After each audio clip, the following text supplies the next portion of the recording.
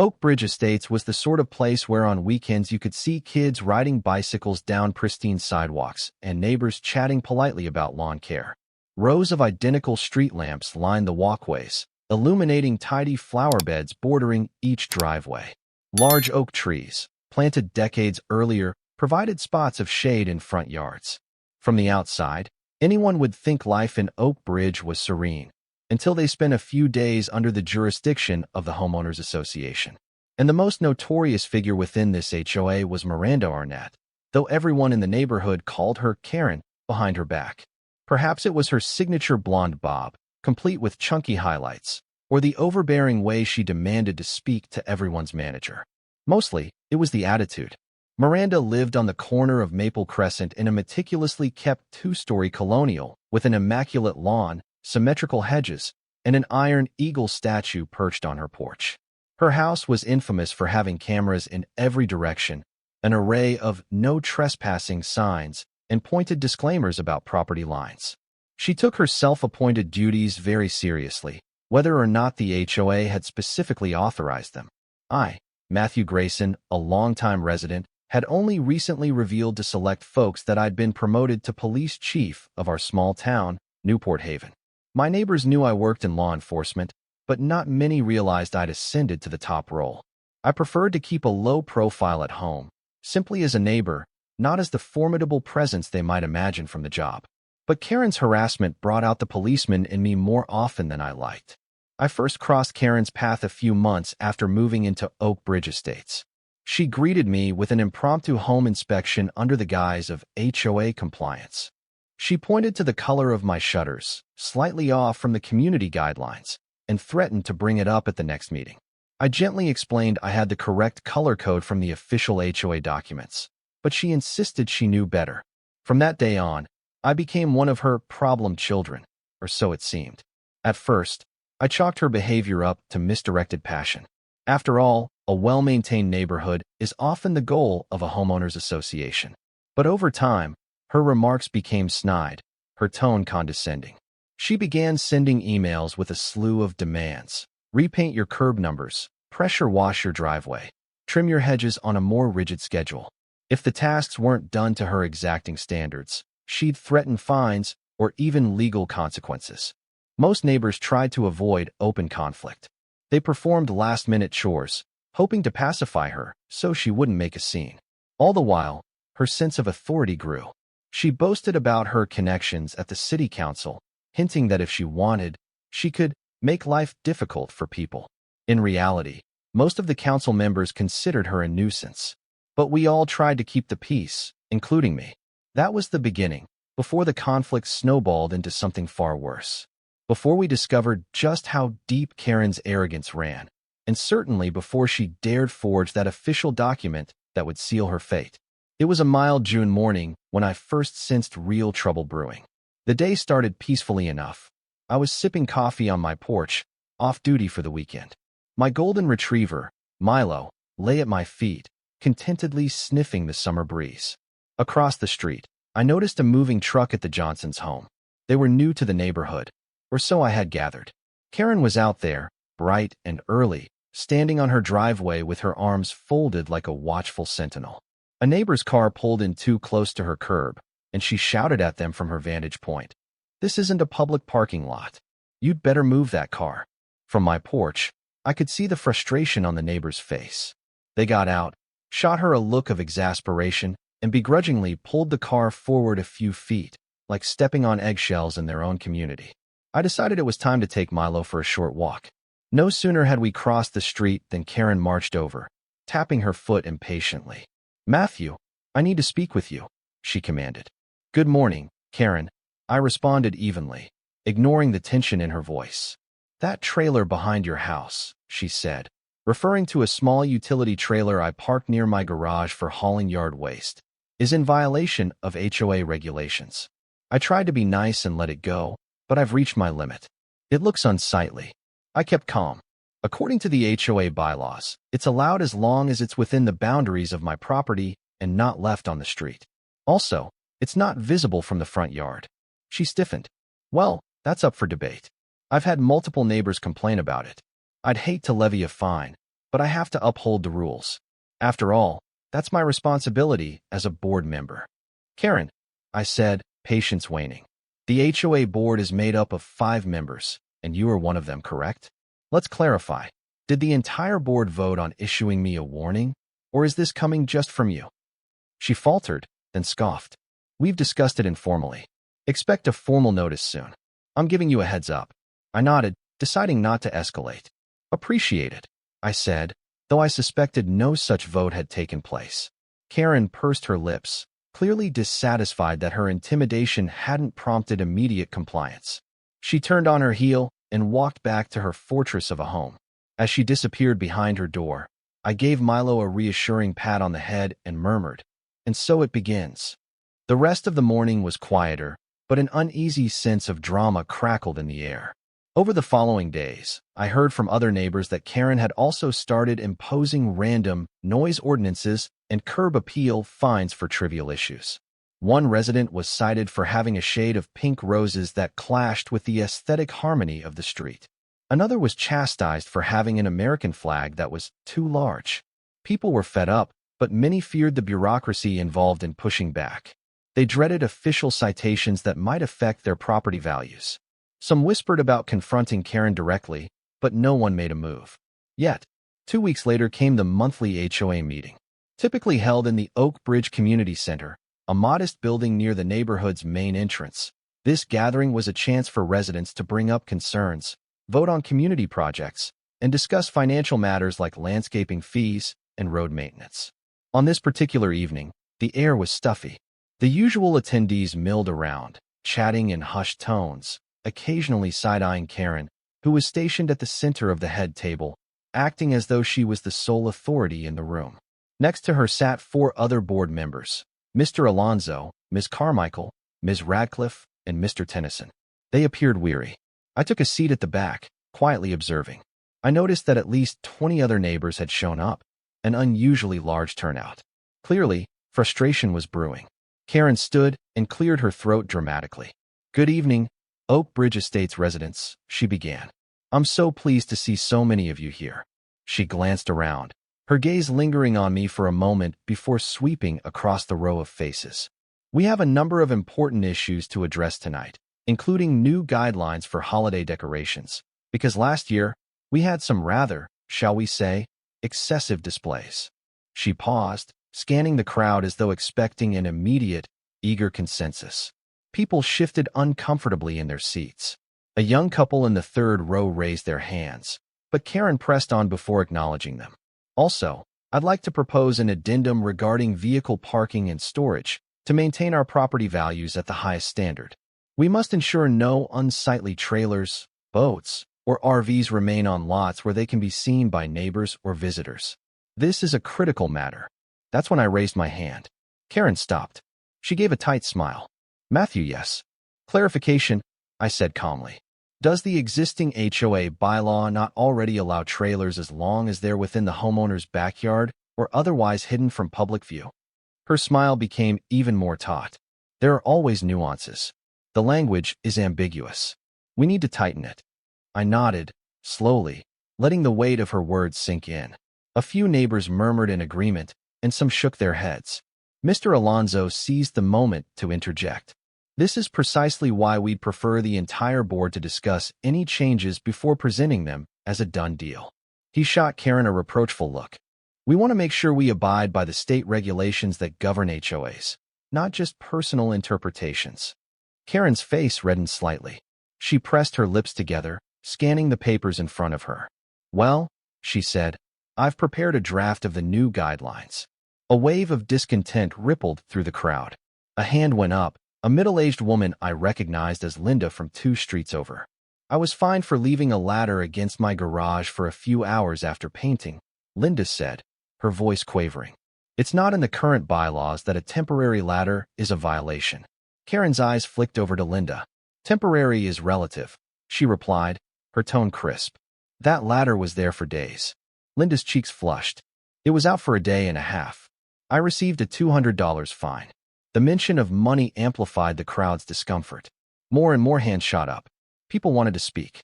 For a moment, The meeting teetered on the edge of chaos as complaints poured in, everything from petty citations to claims of harassment. The board members exchanged uneasy glances. I stayed silent, allowing my neighbors to have their say. A policeman's instincts told me that this was a tipping point. Karen wanted to quell the unrest, but she also seemed intent on doubling down. Her entire posture read, "I'm in charge, and you will do as I say." Finally, Ms. Radcliffe, an older woman who often looked exasperated, raised her voice enough to regain control. "All right, everyone, let's proceed in an orderly fashion. We'll go through these concerns systematically. Please, one at a time." The room quieted. One by one, residents detailed minor infractions for which they'd been threatened or fined. Many pointed out that no official letter from the full board had arrived. It was always from Karen, sometimes in official-looking envelopes bearing the association's logo. As this continued, Karen's expression hardened. She scribbled notes on a pad, occasionally rolling her eyes when a complaint struck her as trivial. To the people speaking, these were not trivial issues. This was their home, their peace of mind, their finances. I felt tension coil in my chest. Clearly, Karen was forging her own path, separate from the broader HOA board. Her desire to dictate the community's rules, unilaterally and aggressively, was pushing everyone to the brink. And yet, I still hadn't seen the worst of it. I had no idea how far she would go. The next few weeks showcased a quiet battle of wills. Some neighbors started ignoring Karen's threats, especially when they realized that unless it came from the full board, the fines might not be enforceable. Others tried to placate her, washing cars more often, making sure trash bins were out of sight within minutes of collection. Still, the sense of resentment thickened. I decided to keep my interactions with her minimal. Given my job as the police chief, I had little patience for unlawful behavior, but so far her antics, while annoying, didn't rise to the level of an actual crime. Overstepping power within an HOA wasn't necessarily illegal, just unethical. The board itself should handle her. And yet, the board seemed paralyzed. Then something curious happened. Several neighbors noticed that Karen's once pristine yard started showing signs of neglect. The edges of her lawn weren't trimmed as perfectly as before. A few boxes piled up near her front door, uncharacteristically. From across the street, I noticed her pacing in front of her living room window late at night. It looked like she was on the phone, gesturing animatedly. Tension brewed in her posture, the way she'd fling her arms in exasperation. Gossip fluttered through the neighborhood that perhaps she was having personal issues, family disputes, money troubles, who knew? Still, her attitude toward her duties never wavered in public. If anything, it escalated. She began bombarding the official HOA email list with memos. Pet owners must keep dogs from barking excessively or face fines. This is your final warning. Yard ornaments above 2 feet tall are prohibited, effective immediately. The board tried to overrule her by sending out contradictory messages, but confusion reigned. One warm evening, I was seated on my patio, barbecuing some burgers with a couple of friends. Milo dozed contentedly in the grass. Suddenly, I heard an angry shout from next door. My neighbor, Mr. Jacobs, had apparently left his trash bin at the end of his driveway for an hour longer than Karen deemed acceptable. She was livid. She stood on his property line, wagging her finger in his face. Even from my vantage point, I could hear her shouts. "That bin is a magnet for rodents. You can't just leave it out," she yelled, voice echoing down the street. Mr. Jacobs was a mild-mannered accountant, around 70 years old. He tried to respond calmly. "I followed the posted schedule for years. The trash truck came late today." Karen pointed toward the bin. "I don't care. It's unsightly." Her voice cracked. "You want a citation? Because that's exactly what you'll get." I set my spatula aside, about to walk over and de-escalate, when I saw Mr. Jacobs gently pick up the bin and start rolling it toward his garage. Karen continued to rant, but there was no real confrontation. My friend, a fellow officer named Jesse, put a hand on my arm. "She's not worth it," he said softly. I nodded and stayed put, though it pained me to watch an elderly neighbor be berated like that. When Mr. Jacobs disappeared inside, Karen lingered for a moment, as if wanting to continue the fight, but eventually turned and stomped back to her house. I noticed she threw a glance in my direction, whether a warning or just a glare of frustration, I couldn't tell. That's when something flickered in my mind. a sense that her anger was growing beyond typical bossiness. There was a desperation to her behavior now. And from experience, I knew desperation sometimes escalates to dangerous or outright criminal acts. One sunny afternoon, a letter arrived in my mailbox. It bore the HOA's emblem on the envelope and had the standard return address. Inside, however, was a document that looked suspiciously like an official citation, though the language was haphazardly written. It demanded an immediate fine of $300 for multiple violations of HOA policy. The listed infractions included having a utility trailer visible, though it wasn't visible from the street, allegedly failing to store my trash bin promptly, untrue, excessive dog barking from Milo, grossly exaggerated, my dog rarely barked at all. The letter demanded payment within 3 days and threatened a lawsuit if the fine wasn't paid. This was laughable to anyone with a basic understanding of legal processes. HOAs typically must follow a structured warning system before issuing fines, and lawsuits aren't filed over a first-time offense. What caught my attention most was the document's signature. It read, "Signed by the Oak Bridge Estates Board President, Miranda Arnett, Karen." I let out a slow breath. I knew enough from reading the legitimate HOA bylaws that you can't unilaterally impose fines without a proper board vote. Moreover, Karen was not actually the board president. Ms. Carmichael was. This forged letter was a blatant attempt to intimidate me. I could have confronted her, but a better idea took shape in my mind: gather evidence. I kept the letter as proof. Official forgery, while not always criminal if it's not a government document, could become relevant in a civil case or even a criminal one if it implied extortion. So I planned to talk with Ms. Carmichael or Mr. Alonzo about it, get them to confirm it was fake. In the meantime, I made a quiet resolution. If Karen insisted on stepping over the line into illegal activity, she'd find out soon enough that her neighbor was not just some pushover. For the moment, I would be patient. I'd watch, document, and wait for her to make a move that would irreversibly cross the boundary into a punishable offense. That same week, Linda from down the street showed me a similarly dubious notice she'd received: a $250 fine for inappropriate garden decor. She had placed a small statue of a gnome near her flower bed, hardly the stuff of scandal. The letter demanded immediate removal of the statue and threatened compounded fines if she refused. That letter was also signed, by order of the HOA board, President Karen, Miranda Arnett. Linda was almost in tears, worried about a lawsuit. I assured her that no single board member could act alone in issuing such demands. I even made a few calls to the actual board president, Ms. Carmichael, who confirmed that Linda wasn't breaking any official rule. Ms. Carmichael was exasperated. Karen had apparently taken it upon herself to print official-looking notices, complete with the HOA's crest, which she'd likely taken off a letterhead or downloaded from the internet. This was forging official documents of an organization. The documents themselves, while not governmental, were used to threaten. My professional instincts told me that if this behavior escalated, it could easily result in charges related to fraud or harassment. The neighborhood's tension soared. People were furious, yet anxious about how to fight back. Some wanted to confront her in person, others wanted to seek legal advice. I remained level-headed. The more rope she gave me, the easier it would be to catch her in a prosecutable act, if it came to that.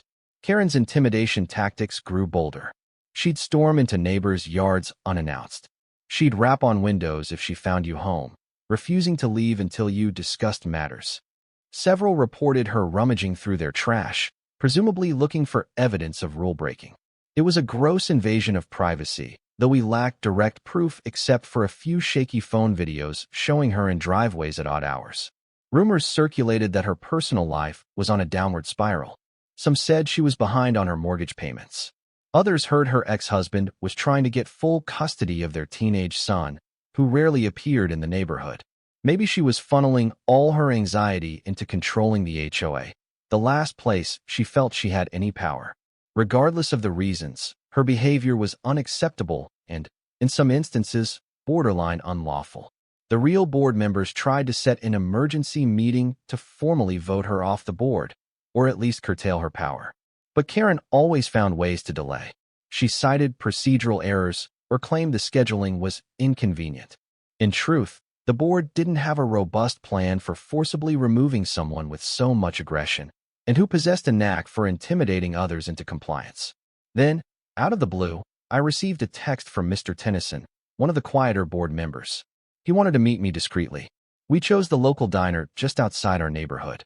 Mr. Tennyson arrived, sweat beading on his forehead, his eyes darting around as though he expected Karen to leap out from behind a booth. "What's going on?" I asked softly, guiding him to a quiet corner. He wiped his brow with a napkin.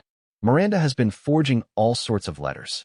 She's even claimed to be the official signer on bank forms for the HOA.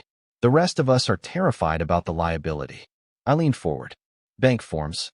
As in, withdrawing money or opening accounts in the HOA's name?" He nodded, looking miserable. "She hasn't done it yet, to my knowledge, but she's threatened to. She's also tampered with official minutes of the meetings, rewriting them to say we voted on things we never did." I inhaled sharply. This was more serious than petty harassment. "That's potential fraud," I said, voice grim. He nodded again, swallowing hard. "We want her off the board immediately, but she's claiming to have the bylaws on her side. She threatened me personally. Said if I told anyone, she'd make sure the HOA sued me for negligence." His eyes pleaded with me for guidance. I reached out, placed a reassuring hand on his arm. "Don't worry. Document everything.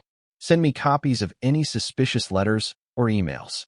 I can't promise immediate relief, but trust me, you're doing the right thing." He exhaled, relief washing over his face. "Thank you." Before we parted, he handed me a manila envelope stuffed with papers. "Minutes she altered," he explained. "Email printouts, dated stamps, everything I could gather." We left the diner separately, careful not to draw attention. By that point, I was certain Karen's arrogance was more than just a personality quirk. It was hurtling her towards serious legal trouble. Late one evening, just after I arrived home, I found a manila envelope pinned to my front door with a piece of tape. No return address. Inside was a single sheet of paper, emblazoned with the state seal of Newport Haven's Police Department, my department. My breath caught in my throat as I read the heading. "Warrant for the arrest of Matthew Grayson." I scanned it quickly. It claimed I was wanted on charges of harboring a dangerous animal, referencing Milo. The text alleged that my dog had repeatedly bitten neighbors and roamed the streets off-leash. The document threatened immediate arrest if I didn't surrender myself to the station within 48 hours. The problem was glaring. I was the one who would issue any warrants in this town, as the police chief. Warrants required signatures from judges or magistrates, sometimes the chief's approval to present to a judge, depending on the jurisdiction. This was obviously a sloppy forgery. The seal looked like a low-resolution copy from the police department's website. The language was wrong. There was no official case number, no mention of which court had approved it, and the statutory references were jumbled. Still, to an untrained eye, it looked alarmingly real. This was no longer just forging HOA letters. This was impersonating law enforcement. That, in itself, was a serious crime. I felt my blood boil, though my training kept me level-headed. I placed the fake warrant in a clear plastic folder, preserving it as evidence. Then I checked for footprints or any other sign of who might have left it. The ground was dry, no footprints. However, my security camera might have caught the delivery. I marched inside to review the footage. Sure enough, the camera showed a figure approaching my front porch around 3 a.m. the previous night. The person wore dark clothing and a hoodie, but the posture, the stride, it was undeniably Karen. She glanced around nervously, then pinned the envelope to my door before scurrying away. Even though the footage was not crystal clear, I recognized her mannerisms. For a moment, I stared at the paused video, disbelieving how far she had gone. She was forging a police warrant to try to intimidate me. My phone buzzed. It was Ms. Carmichael, the actual HOA president. "Matthew," she said hastily when I answered. "I just got the strangest message from Karen. She said you were officially under investigation by local authorities and that we should consider removing you from the neighborhood if you're arrested." I rubbed my forehead. "She's forging warrants now, Miss Carmichael. I have the document. It's obviously fake." Her gasp was audible. "She's lost her mind." I let out a slow breath, anger roiling beneath my calm exterior. "I'm going to handle this through official channels. She's committed a felony by forging a police document." "What do we do?" she asked, sounding fearful. "Let me coordinate with my team. We'll handle it legally. In the meantime, Please warn the board that Karen may try more stunts. That night, I couldn't sleep. I was boiling with equal parts rage and astonishment. In all my years of service, I had rarely seen someone so brazen as to forge a police warrant and deliver it to a police chief. Karen was either extremely ignorant of the law or blinded by her own delusions of power. Possibly both. But one thing was certain. She was about to learn a harsh lesson. The next morning, I met with the Newport Haven town judge, an old colleague and family friend, to present the evidence. We had the forged warrant, the camera footage, and statements from neighbors who'd received threatening letters. We also had the manila envelope of altered HOA documents that Mr. Tennyson provided. It painted a clear picture of harassment, forgery, and impersonation. The judge listened calmly, eyebrows raising at intervals. When I finished, he leaned back. "This is beyond a simple civil matter," he said. "Impersonating law enforcement is a felony in this state. Forging official documents is another. She's facing serious prison time if convicted." I nodded. "We're seeking a legitimate arrest warrant for Miranda Arnett. She's dangerous in the sense that she's harassing multiple residents, forging legal documents, and blatantly ignoring the law." The judge sighed heavily. "I never understand how these HOA power trips escalate so much. But you're right. She needs to be stopped before she does something worse." He reviewed the files one last time, then signed the necessary forms. My heart pounded. While it was never satisfying to arrest someone for misguided actions, forging a police warrant to scare me, the police chief, crossed a line that demanded consequences. This was no minor oversight or petty squabble. It was a full-fledged crime. After the paperwork was in order, I returned to the station, briefed my team, and laid out a strategy. A few of my officers were stunned that Karen would go this far. We had all heard stories of difficult HOA board members, but forging an arrest warrant against a law enforcement officer was an entirely new level of audacity. I decided it would be best if I led the arrest personally, not out of vengeance, but because I knew the neighborhood, knew Karen's house, and had a vested interest in seeing the matter resolved peacefully. My plan was to arrive at her home with 2 fellow officers, present the real warrant, and place her under arrest without unnecessary theatrics. However, I knew her temperament.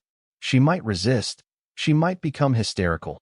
There was no telling how far her delusions of grandeur would push her. We prepared for all possibilities.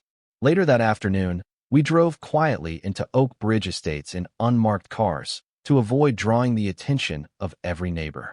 However, it didn't take long for the sight of 3 police vehicles outside Karen's house to spark curiosity. A few onlookers peered out their windows. Some stepped onto their porches. Word spread quickly that something big was happening. I took a moment to steady myself, then approached her front door. My fellow officers, Johnson and Rivera, flanked me. We knocked firmly. For a long minute, there was no response. Finally, the door inched open, revealing Karen. She was dressed impeccably, makeup on point. One would never guess she was in the midst of a personal meltdown. She eyed us suspiciously. "What's going on?" she demanded. "Ms. Arnett," I said formally, "I'm Chief Matthew Grayson of the Newport Haven Police Department. We have a warrant for your arrest on charges of forging an official law enforcement document and impersonating law enforcement. I advise you to step outside." Her face went pale, then flushed bright red. She let out a forced laugh. This is ridiculous. I don't know what you're talking about. I've done no such thing." I nodded to Officer Rivera, who produced a copy of the real warrant. "We have evidence," Rivera said. "We also have footage of you leaving the forged warrant on Chief Grayson's door." She scanned the paper, her hands trembling. "Footage? There's no footage. You're lying." Her voice grew shrill. Neighbors began gathering at a respectable distance, watching the spectacle. I glanced at them, then back at Karen. "Ma'am, we have plenty of evidence, including your fraudulent letters sent to other residents. You're coming with us." Her eyes darted to the crowd, to my officers, then to me. "This is a setup. You've all conspired against me." She slammed the door halfway, trying to wedge it shut. Officer Johnson placed a foot in the door, preventing it from closing fully. "Ms. Arnett," he said in a firm voice, "resisting will only add to your charges. Let's keep this civil." For a moment, Karen looked as though she might physically fight us.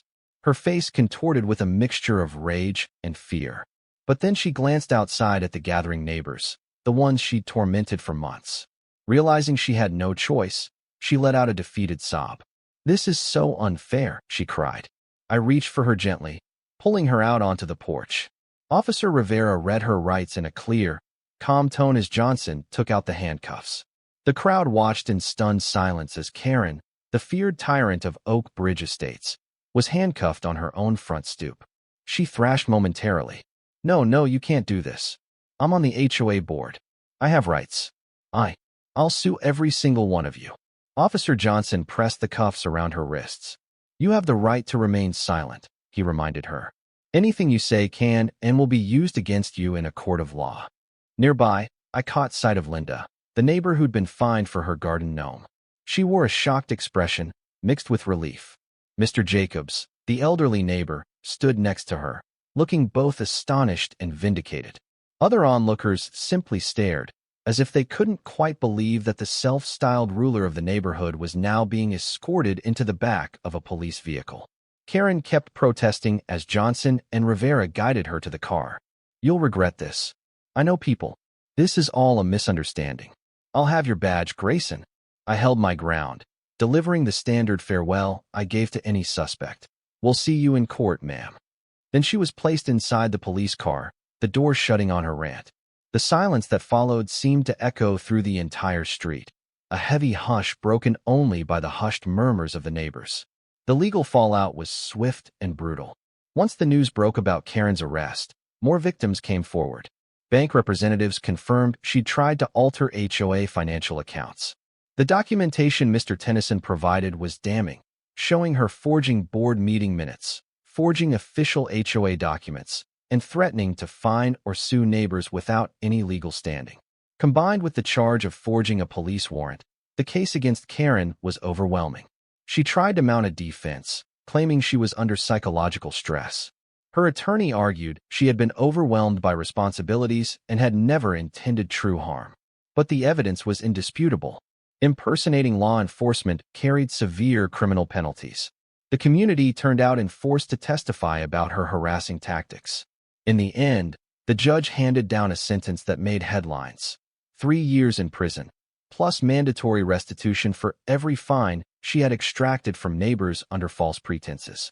Furthermore, the HOA board pressed a civil suit, successfully arguing she had embezzled association funds or attempted to.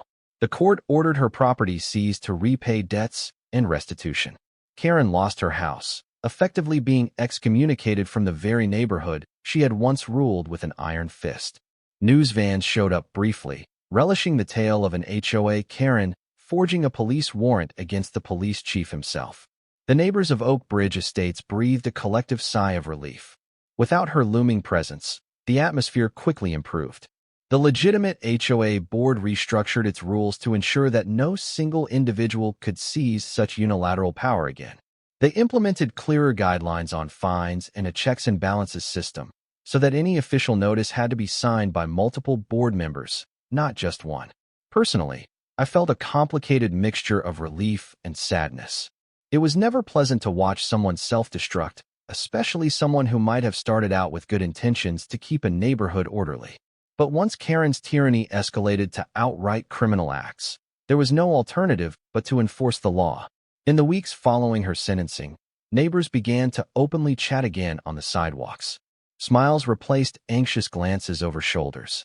People put up cheerful lawn ornaments without fear of a scolding citation. Mr. Jacobs set his trash bin out with newfound confidence, no longer dreading a confrontation. Linda's gnome population flourished. She even added a second whimsical statue beside the first. When she noticed me admiring them, she grinned. "It's nice to feel free again," she said, offering me a homemade muffin in gratitude. As for me, I continued my quiet life in Oak Bridge Estates. I was still the police chief, but now everyone knew it. The days of anonymity were over, but that was all right. I walked Milo around the neighborhood in the mornings, returning cheery waves and exchanging pleasantries with neighbors who appreciated having someone they trusted in law enforcement living among them. Justice had been served, both legally and morally. The so-called HOA Karen, Miranda Arnett, had learned that her forged documents and intimidation tactics couldn't stand up to the real law. Power used to harm others eventually invites a reckoning.